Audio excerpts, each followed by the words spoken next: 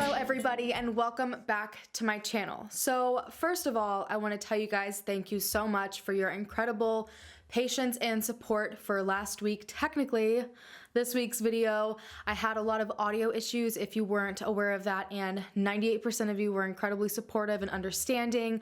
Let me take my time fixing the video to something that I would personally be proud to put up.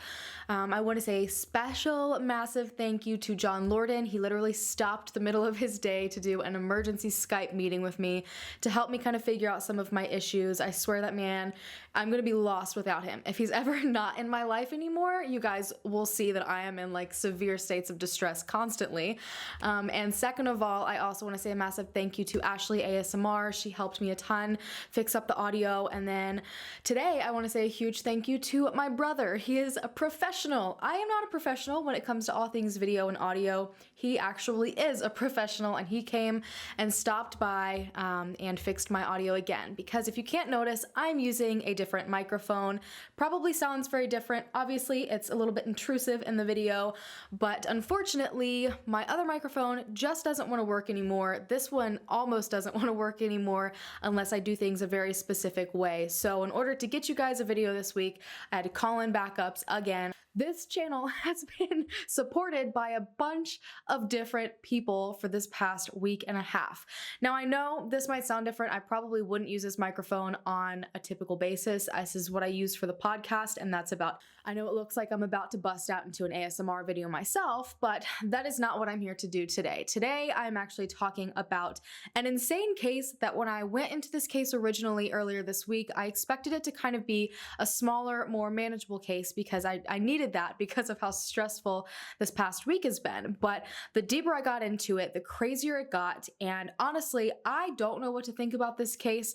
I'm not sure if it's because this case is so old. It is from 1997, but there are massive, massive holes in this story. I left with more questions than I even went in having. It's just kind of a mess. So prepare yourself. Let's just go ahead and dive right into today's video. So today I'm going to be talking about Kemberly Ramer, and it's not spelled K-I-M, which has thrown me off this entire time. It's spelled K-E-M, so Kemberly Ramer, and she was 17 years old when she went missing on August 15th, 1997 from Opp, Alabama. I wanted to say a massive shout out to the Unfound podcast. He did an amazing, amazing story on this case. He interviewed the mother, Sue, and I would not have any of this information if it weren't for his podcast. I definitely recommend it. I actually really enjoyed his podcast as I was listening to it, and now have been binge listening to everything. So if you guys are looking for a new podcast, Unfound is definitely one to look into. So Kemberly's parents were divorced, and her father was the one that lived in Opp, Alabama, and that had been where she lived for most of her life. I'm assuming she went to high school in Opp, Alabama, and her mother, Sue, was living on the Alabama-Florida border. I'm pretty sure she was on the Florida side, and I forgot to mention, but her father's name is Kenny. Now, there really wasn't a custody agreement from what I was able to pick up. I'm pretty sure the parents had just recently split, and obviously Kemberly was going to a high school already in Opp, Alabama. They didn't want to make her change schools, so she pretty much was able to bounce from house to house with her older sister named Kristen. Her older sister was 17 months older than her, so they were pretty close in age, had a pretty good relationship, but they were kind of at an age where they got to choose whose house they wanted to be at. Opp was a really, really small town. There were only about 7,000 people that lived in the town. Very, very close-knit community feel. Everybody knew everybody. There were just a few grocery stores, a few gas stations. There really wasn't much to it, and nothing huge had really ever happened in Opp before until Kemberly went missing. So Kemberly had just recently ended her junior year in high school and had just turned 17, and she was only a few days away from going into her senior year of high school. She led a pretty typical teenage high school life. She did a lot of sports, very, very athletic. She was on the softball team. I'm pretty sure she was a cheerleader. She was academically inclined as well. She was very easygoing, really outgoing. She had a ton of friends. She never had any enemies. She never really had a boyfriend. So just, very calm, typical life. There was nothing really out of the ordinary about Kemberly. She even had plans to attend South Alabama University to become a physical therapist, and her mom was a nurse, so she was kind of just following in the same type of footsteps. But unfortunately, something happened to Kemberly, and all these years later, there are still absolutely no answers, and she has never been found. And keep in mind, I said she went missing in 1997. The week that Kemberly went missing again was just a few days before her senior year was supposed to start, and she had been staying with her mother, Sue, in Florida, but went back to Opp to be with her father so that she could go to school and get a few things done before the school year started. The day that she was last seen was a Friday, and that morning she woke up at her average time because she had to go get her senior pictures done. She went after her pictures and hung out with friends for a little bit before she went and had a softball game. So when the game was done, she went back home to get a shower and go out because it was the last weekend of summer break and she wanted to have a good time. And I think this was all happening between 9 and 10 p.m. And when she got home, her father was also showering and getting ready, and he was planning on going out to hang out with his girlfriend. And I don't know if she ever told him where she was going, what her plans were, but he made sure he told her that she had to be back home by 11:30, which was her curfew. And he didn't kind of reiterate this thinking she wouldn't stick to it. She wasn't really one to break the rules. She always stuck to her curfew, all of her rules. He just reminded her. So they both ended up going their separate ways at around 10 p.m. that night on Friday the 15th. Now, Kenny went over to meet his girlfriend and decided that he was going to stay the night there. So he didn't end up coming back home. So it's unclear to everybody at this point if Kenny ever called the house at around 11:30 to make sure that Kemberly had in fact come home. We don't know if there was ever any communication between them, or if he just trusted her because she was usually a very responsible young woman. So the following day, Kenny came back home. Now, I, again, don't have a time for this, but I am personally assuming it was likely incredibly early on in the morning. He was planning on going golfing, and he basically just stopped by the house to grab his golf clubs. Now, the reason I'm assuming it's early in the morning is because golfers in the summertime normally like to go very early before it gets really, really hot.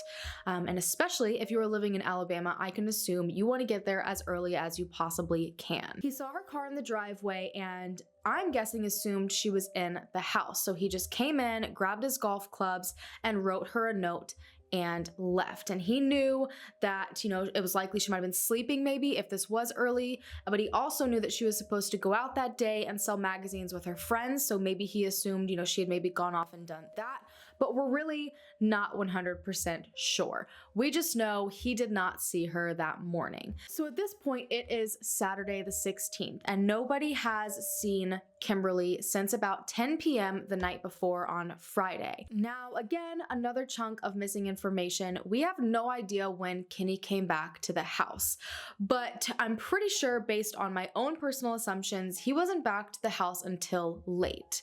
And I'll tell you why in just a moment. So while all of this was going on, Kemberly was with her, I think, new husband, possibly boyfriend, fishing in the bay, and they were out all day on Saturday from really, really early in the morning, like 7 or 8 in the morning, until about 1 or 2 a.m. in the morning on early Sunday. And when they got back, she realized she had missed a phone call from earlier that night from Kenny. Now, I don't know if he left a voicemail. I don't know if he only called one time. From the information I have gathered, he only called once. So she called him back, and when he didn't answer, she assumed it wasn't an emergency and decided to just go home and go to sleep. Now, I personally want to say that at this point he realized Kemberly was not at the house, but again, I don't know. I don't know if he didn't assume the worst and just assumed Kemberly was maybe with her mother and wasn't too worried about it, but I don't know how he would assume that if her car was still in the driveway. Honestly, this whole period of time from the last time she was seen on Friday until Sunday morning is just kind of a mess of no information being told and no one really knowing anything. Even to this day, her mom can't really say what Kenny did or didn't see, what he did or didn't check. It's just kind of a mess. Later on that morning, Sue received another phone call from Kenny, and it was one that she wasn't exactly expecting. Kenny asked her if Kemberly had gone back to her house. Now again, her car had been in the driveway, so I'm unsure how she would have done that, but he asked anyways. And obviously Sue said, no, we've been out fishing literally the whole entire day yesterday. And that's when Kenny told Sue that he hadn't seen or heard from Kemberly since Friday night at 10 p.m. So obviously Kemberly's mom went to Kenny's house, and when she got there, it was an incredibly odd situation yet again. Now, apparently Kenny had been calling all of Kemberly's friends to try to locate her, and none of them knew where she was, but some of them came over to the house. And when Sue got there, they all were saying it's her boyfriend. Kemberly's boyfriend has her. He has to have her. He must not be letting her leave. And this threw Kenny and Sue for a loop, because not a single person in the family, including Kristen, Kemberly's sister, knew that she had a boyfriend, and they soon found out why. So according to Kemberly's friends, Kemberly had met this guy while she was at one of her softball games, and this guy was in his early 20s, so he was definitely way older than her, and he had been married once and had either 1 or 2 children. I've not been able to clarify that. And this was obviously not something that her parents would have necessarily been all too pleased with, so she basically had been keeping a secret, but not a secret for an extended period of time. They'd only been dating for about 2 weeks. But obviously, because her friends were immediately concerned and immediately pointed the finger at this boyfriend, they decided to go ahead and check out his house. I'm assuming the friends knew where he lived.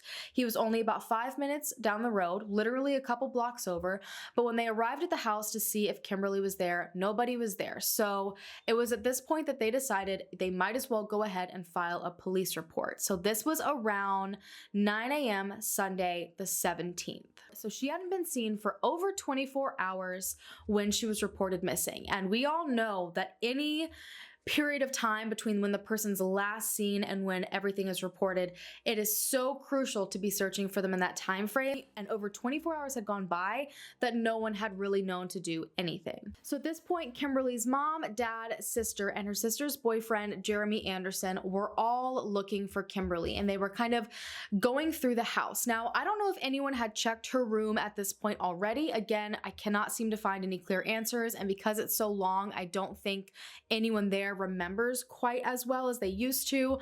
But when they did check the bedroom, it was found in a very, very odd state. Nobody can seem to remember if Kemberly's door was open or shut. Now, I'm going to go with the idea that the door was possibly shut, because if Kenny went for such an extended period of time not noticing his daughter was missing, we know he got home sometime on Saturday. Her car was in the driveway, and based on the state of her room, if he had gone in there, I feel like there's no way he wouldn't have, been a little bit more upset and worried than he was. But when they did go into the room, it was clear that Kemberly had been home, and it appeared as if she had completely gotten herself ready for bed.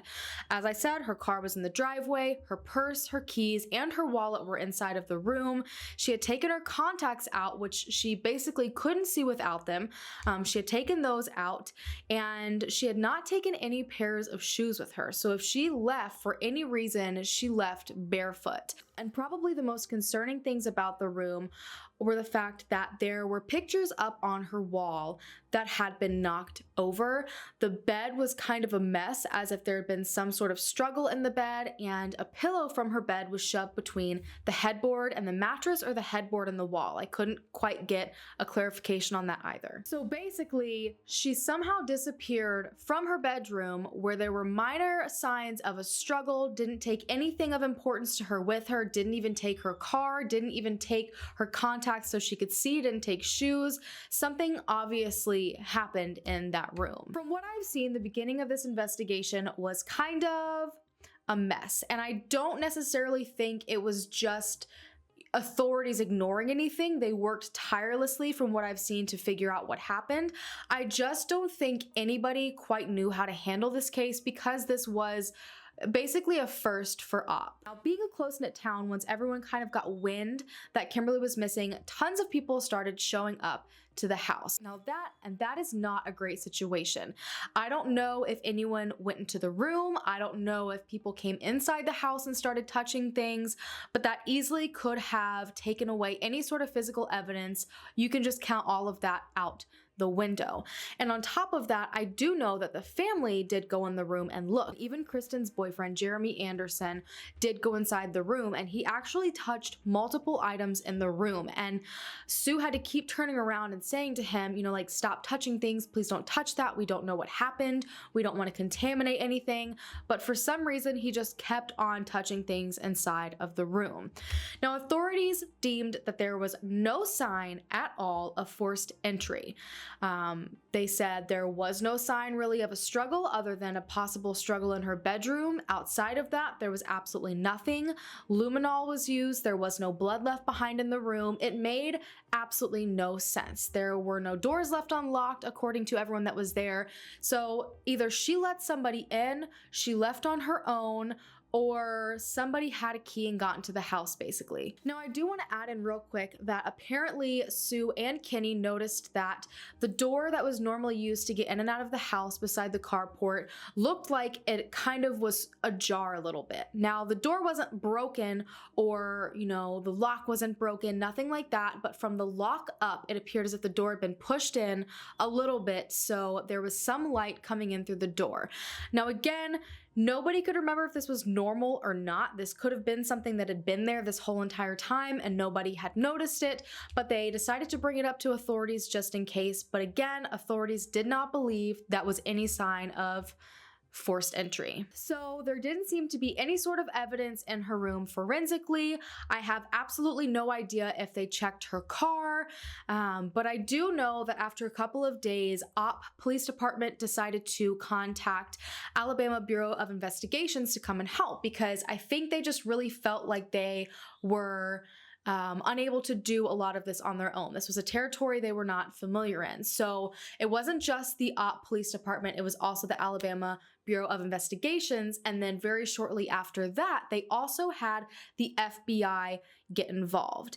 Now, the one thing that no one can seem to answer is why exactly the FBI got involved, because this wasn't necessarily a typical case for the FBI to get involved in. There is a possibility, because it was right on state lines, that they were worried maybe if someone took her, they crossed state lines, but there was no evidence of that. Normally, if there's no evidence of that, the FBI is not going to come in and help.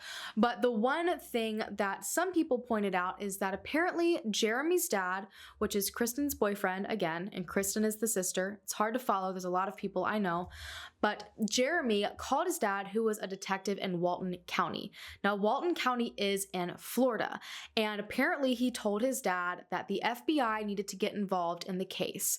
Now, no one really knows why he said this. Maybe he was just trying to help the family. We don't even know if his dad had the power really to encourage the FBI to come, but regardless, there were 3 different entities working on this one case, because this girl just entirely vanished from assumingly her bedroom, but unfortunately, because no one was home, no one saw her come home, no one knew exactly where she had been, they couldn't really solidify even a proper timeline.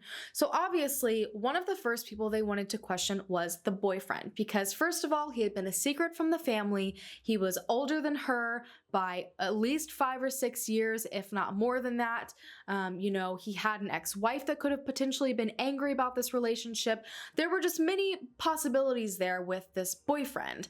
So according to the boyfriend, once they finally found him and questioned him, they did hang out that night. They were at his house, but she left right at her curfew. He said they didn't go anywhere. They just hung out there. She left on time, and that was it. And after that, he didn't hear from her again. Now, I am assuming that he had an alibi for after that as well, because almost immediately after hearing the story, after taking a polygraph test, he was entirely cleared as a suspect or even a person of interest. So he was completely cleared, and he actually became a little bit helpful to the investigation, because from there he helped in the search parties, he helped the parents, he had a good talking to from the parents where he just reiterated the fact that he never did anything to their daughter. Nobody at this point knew what to think, because I'm sure your thought process was heading the same direction mine was when I was first looking into this case, of saying a secret boyfriend. Yes, absolutely. Like, check that person person out. But now that he was cleared, had an alibi and everything, and was ruled out, they had nowhere else to go from that. As typical investigations go, they also decided to polygraph test the rest of the family, or anyone that was involved right around the disappearance.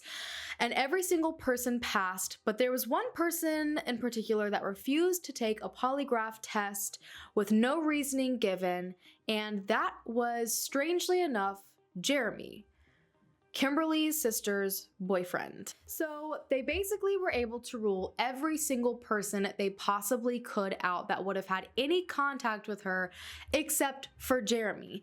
And when they looked into Jeremy a little bit further because of this, again, I understand it's in your full rights to not take a polygraph test, and honestly, he probably was taught that by his father. His father was a detective. He could have easily been following things that he had been taught to do. But they realized he had a criminal history, and a lot of it was a little bit alarming because it wasn't just a small criminal history, it was a pretty large criminal history. He was involved in armed robberies, assaults, just all sorts of things that pointed to the fact that he did have the ability to be violent, and he did have the ability to break into a home. So at this point, he was kind of very high on their list of persons of interest. But because they had no solid information on Jeremy at all, other than he just didn't want to take a polygraph test, and he had a criminal history, which does not make him guilty of anything, they had to just keep on trucking in their investigation. Now, authorities decided to check into the phone line at the house. Remember, this is a time where there were cell phones, but pretty much nobody had them. Social media wasn't a thing, so landlines were kind of all they had to go off of.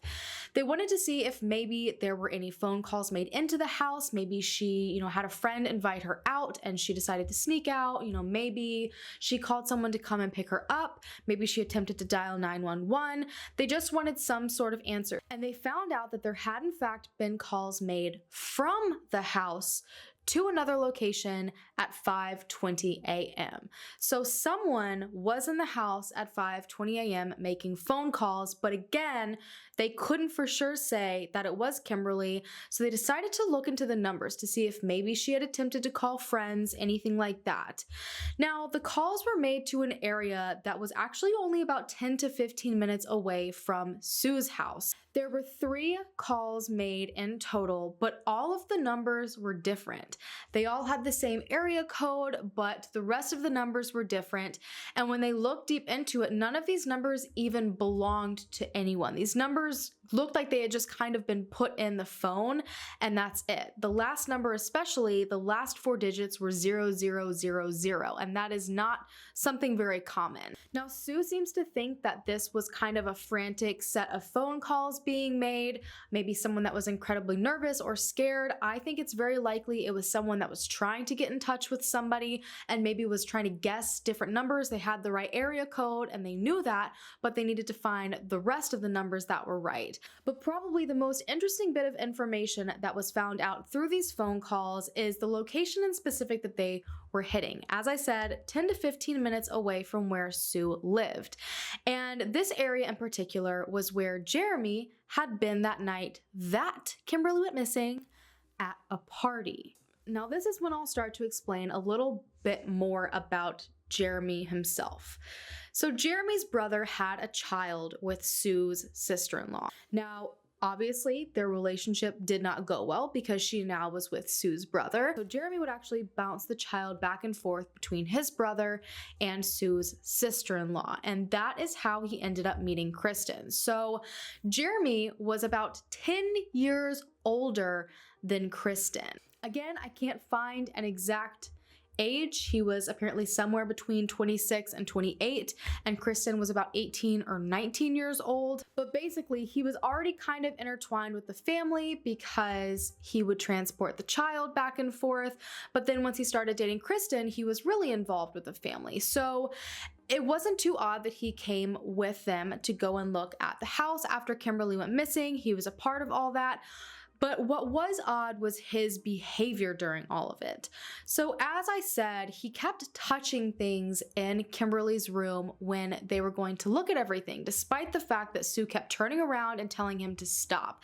And she said that while he was doing this, he was kind of hovering behind her. Also, he had called his dad to say that the FBI needed to get involved, which he called at like a very early time, and it seemed a little bit dramatic in the moment because no one was really sure what was going on. And granted, he could have genuinely been calling for help, but there are some people that believe he kind of just wanted to alert his dad of the situation because, as I said, he had a criminal record and no one in the family was really aware of this. He had always said that his dad always had to get him out of situations, but they always assumed it was something small, not giant things like assault and armed burglary. So because he had gone to his dad before to help him out of situations, a lot of people believe that's exactly what he was doing when he called his dad this time.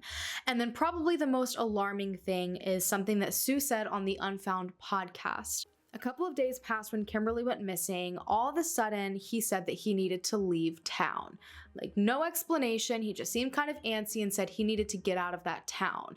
And Sue looked at him and said, you know, you can't do that. You're going to make yourself look like you're guilty of something. You've been here this whole time, and then all of a sudden you're going to run off to a different state.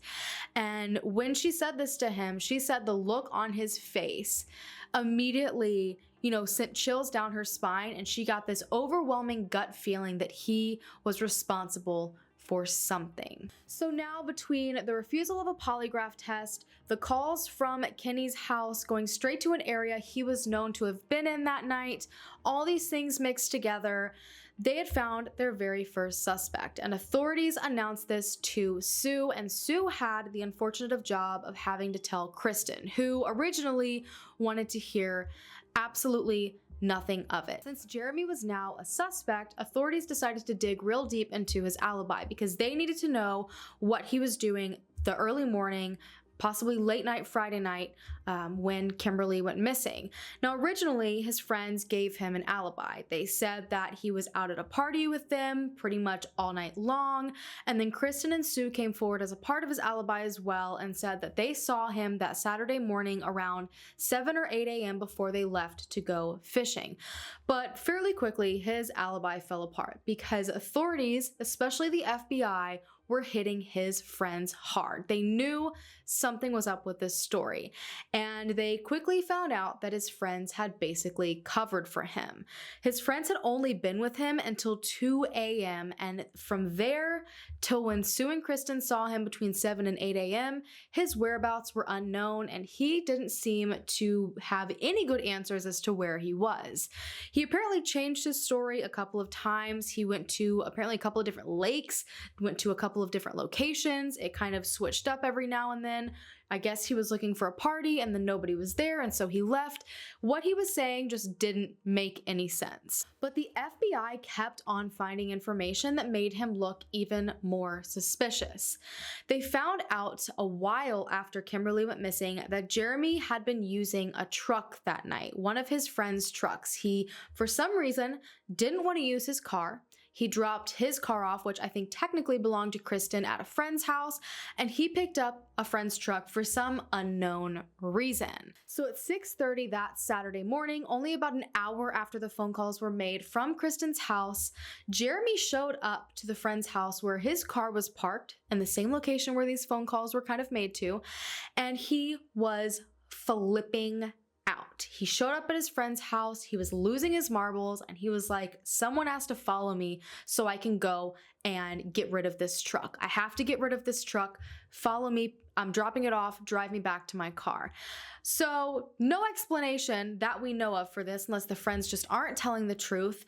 But this friend, in fact, did follow him, and he ended up dropping the truck off in a church parking lot a couple of miles away from this house, and then went straight from there over to Sue's house, where he then saw Sue and Kristen at around between 7 and 8. So obviously, you can imagine authorities wanted to know why on earth, first of all, Jeremy wanted to use a car that didn't belong to him that night, and second of all, why an hour after those odd phone calls were made, he showed up back in the location these phone calls were made to, desperate to ditch the vehicle that he had been in.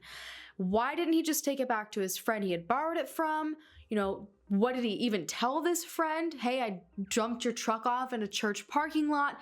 It just wasn't really sitting well with authorities. But unfortunately, because it had been so long since Kemberly's disappearance, by the time they got to this truck, the truck had been fully cleaned. I do know that they did a forensic examination off of it. They took as much as they could based on information that I heard Sue say. And again, I'm kind of having to interpret this because it wasn't very clear. I think they would try to find where the truck had been vacuumed at and even took that. I could be entirely wrong, but that's what she made it sound like. And according to her, she's unsure if anything ever came from this. Now, I'm not sure if that's because authorities never got back to her, or she just forgot, or they directly said nothing came from it, but that is it. I don't know if maybe they're holding that information. It could very well be likely, but at this point, they couldn't get anywhere with this information other than knowing that it was incredibly suspicious for someone that was considered a suspect to ditch a car the morning after someone disappeared. Jeremy ended up going to jail in Florida just a few months later in 1998, so their suspect at least was away at this point, but they had to keep on searching. But again, they had nothing to go off of. So authorities just kept coming back around to this idea that it had to have been someone that she knew. It had to have been someone that was close. First of all, it would have had to be perfect timing. Her father just so happened to be out of the house that night. She bounced around from Sue's house to Kenny's house multiple times, so someone pretty much would have had to have known that she was going to be there that night. Either she let someone in that she trusted, or someone had to have a key. And all of this information just kept circling back to Jeremy because everyone else that was close to her like that was ruled out. He would have known that she was at her dad's because he was dating Kristen. Kristen at the time was at the mom's house. He had actually stayed in Kenny's house for about a month in June or July, and he might have been able to know Kenny's schedule. He might have known if every Friday night Kenny went and stayed at his girlfriend's house. And because he had stayed there, it was very likely that he had a key. Again, nobody seems to remember if he had a key or not, but Kristen has in fact told her mom she was pretty sure that he did. They just had all of this suspicious information and no way to pin him to whatever might have happened. 9 months after the disappearance, on her 18th birthday, authorities acted on 2 tips that led them to Walton County Lake, so back into Florida. However, after 3 days of searching, they weren't able to find any information on Kemberly. Apparently, there was some sort of acid in the lake, though, that made it very difficult to search thoroughly, but they did the best that they could. And then in 2001, a group from Texas searched another area with cadaver dogs. They apparently got multiple hits on an area, and when they started to excavate it, there was an engine block with a rope tied to it, which is incredibly sketchy because that would be something that could weigh down a body. But when the FBI came with their dogs, apparently their dogs hit no scent whatsoever in this area. There have been hundreds and hundreds of searches. There have been hundreds of people questioned. They have said that there are multiple persons of interest and multiple suspects, but the only suspect they've ever announced has been Jeremy. So I don't know if they just have ideas, but they don't have any information on those people. And since they have such kind of little information on Jeremy, I'm assuming what they have on these people can't be much at all if they won't even announce their names. There just seems to be absolutely no answer. There's just a lot of confusing and frustrating information in this case, and I can only imagine how authorities feel going through it. Hopefully they have a lot more information than we do, but this is why the theories are not lacking in this case, because there's just a lot of wiggle room. But the one unfortunate thing about that is that it's hard to form opinions and theories when there is nothing that's very, very concrete. So we don't really know when Kemberly came home. Her curfew was 11:30 and her boyfriend did say she went home around 11:30, but we don't know for a fact when she got home. We don't know for a fact when she was potentially taken. We don't know who made the phone calls at 5:20. Every single bit of information we're relying on in that short period of time is just guesses. It's just the best guesses you can make in order to progress in this case.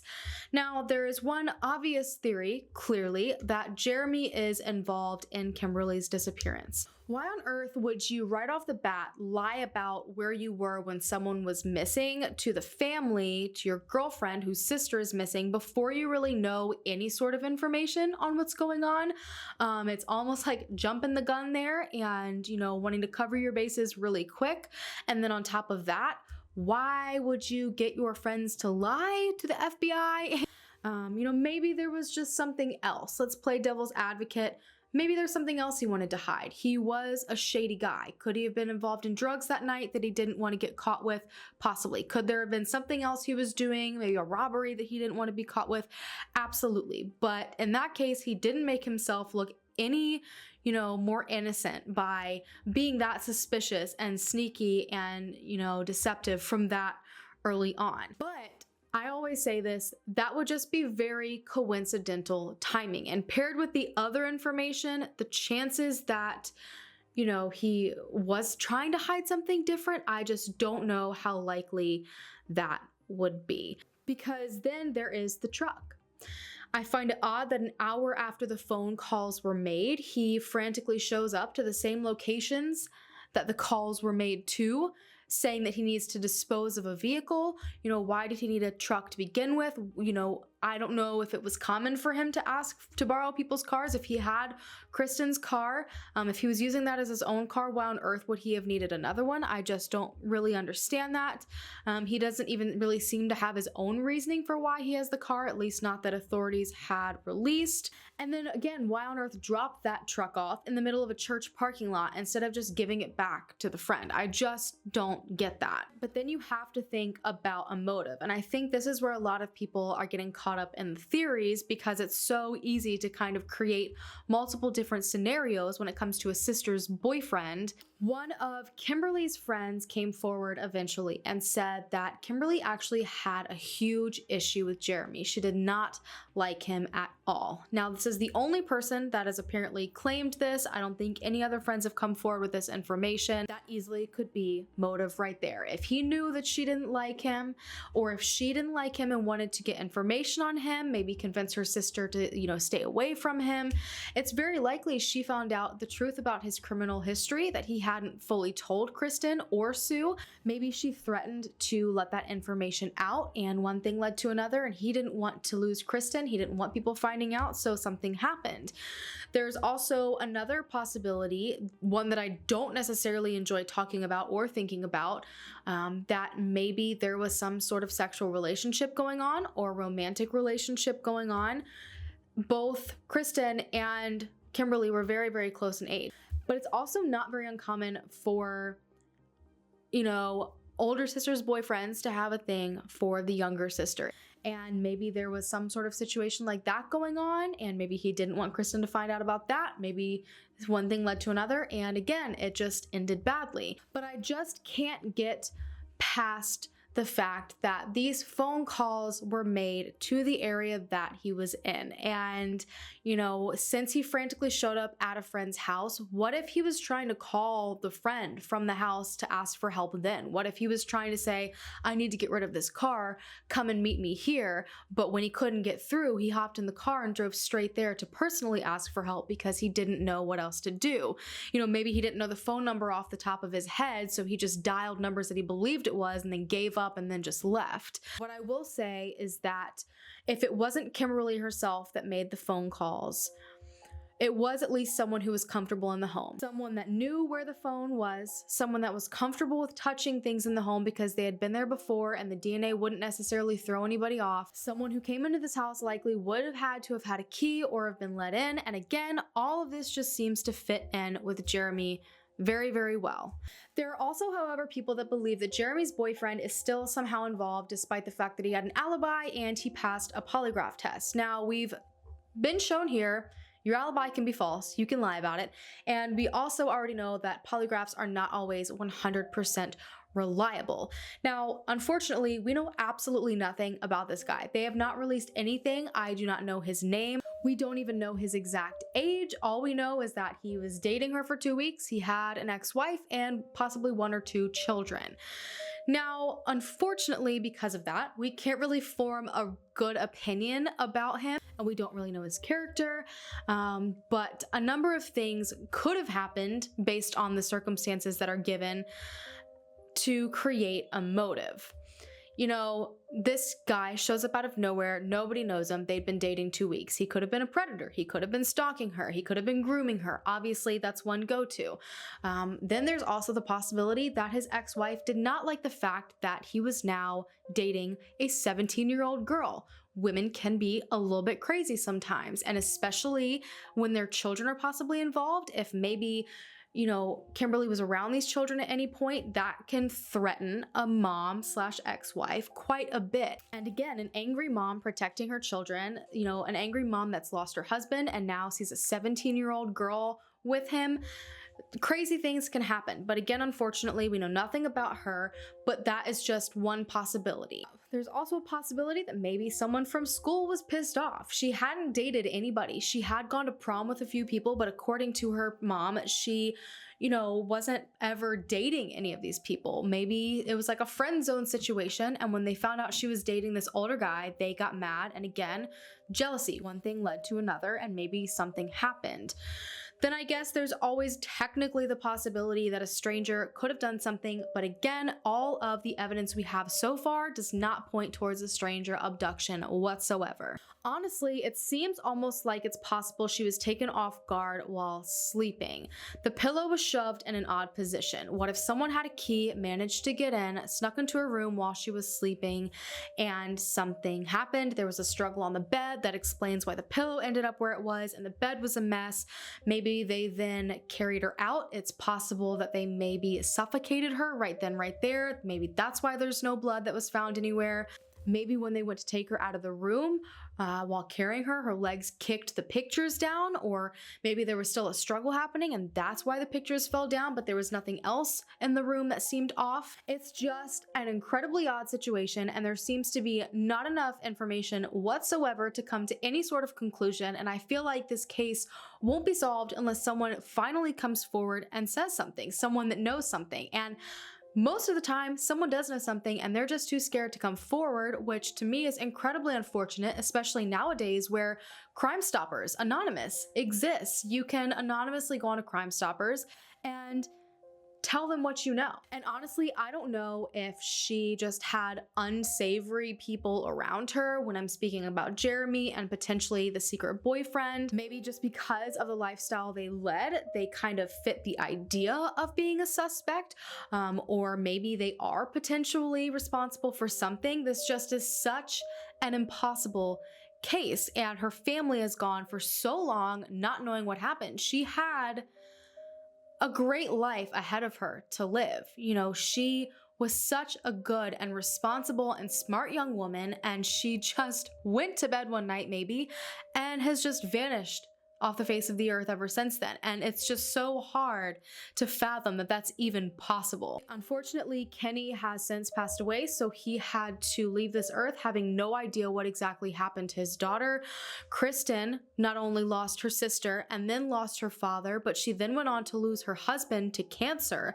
And it's just this giant mess of heartbreak. They just want answers. They want to know what happened to her. They want to be able to lay her to rest. They cannot fully grieve. They cannot have any sort of closure. At this point, they have accepted that they are looking for a body. They have not given up searching, but it's just after over 20 years, you can imagine how difficult it would be to go to every single search and to hold on to this idea that someone is still possibly living after all that time.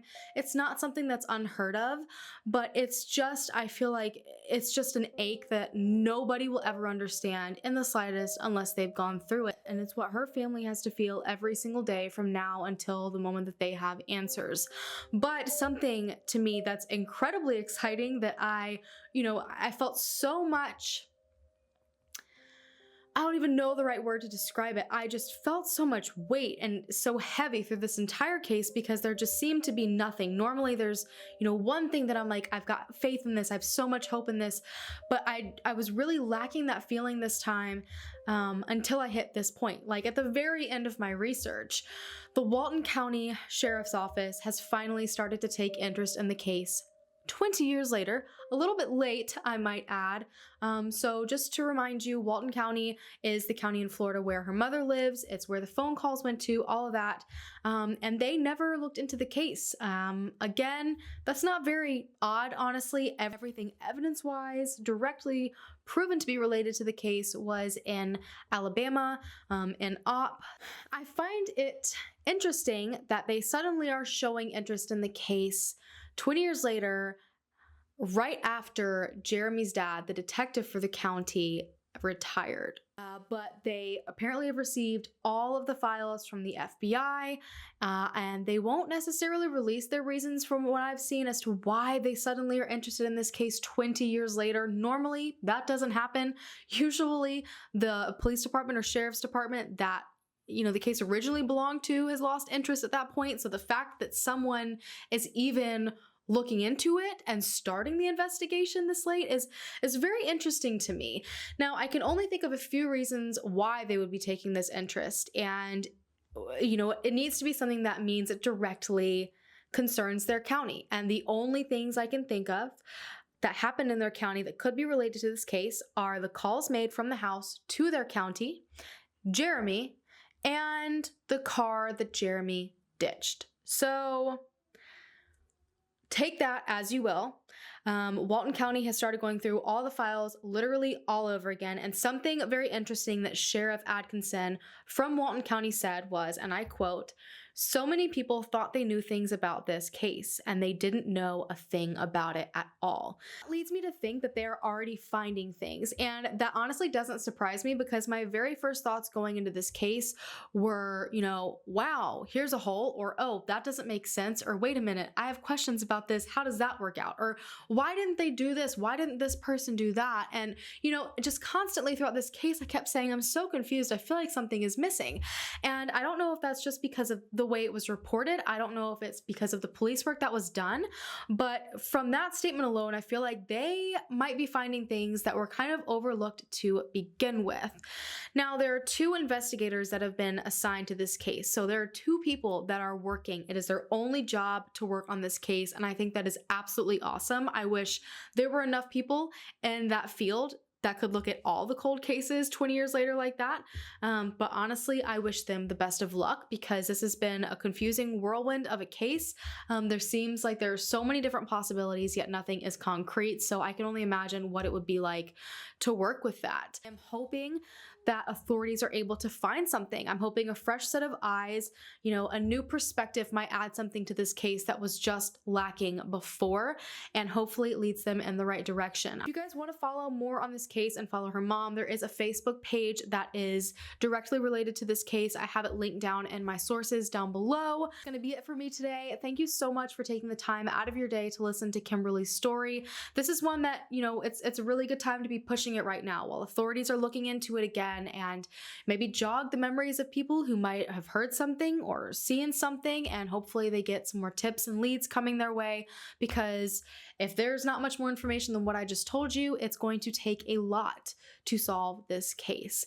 But I'm gonna go ahead and stop rambling, you guys. Thank you so much. Don't forget to hit the subscribe button so you can become a part of the Hallan fam if you aren't already, and I will see you guys in my next video. Bye.